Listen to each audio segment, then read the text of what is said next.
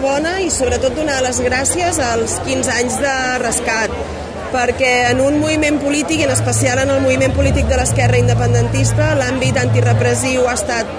cabdal durant tot aquest temps, perquè no hi ha un moviment polític complet ni prou madur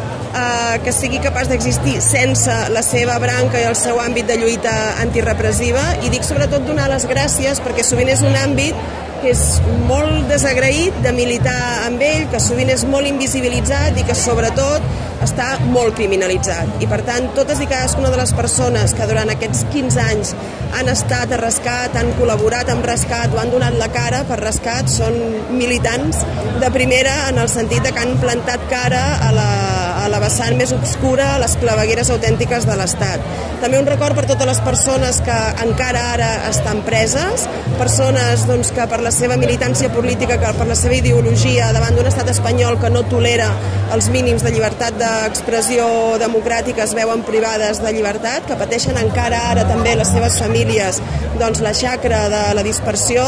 i per tant una abraçada molt fraternal per elles, en especial per la Lola, per la Marina